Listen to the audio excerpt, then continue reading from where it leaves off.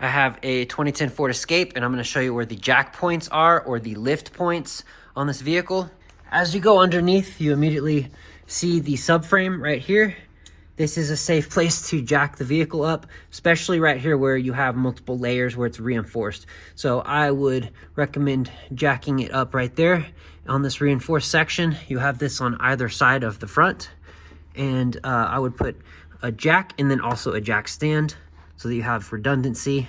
And then as you make your way to the back of the vehicle, you can go underneath the back and you'll see a crossbar. And on this crossbar, you can see where you have reinforced tabs so that you can lift right here as well if needed. Again, use a jack stand and a jack so you have multiple points of redundancy. You never want a single point of failure when you're lifting a vehicle and getting underneath it. Always be careful. Make sure you go slow and do it right. Good luck on your project.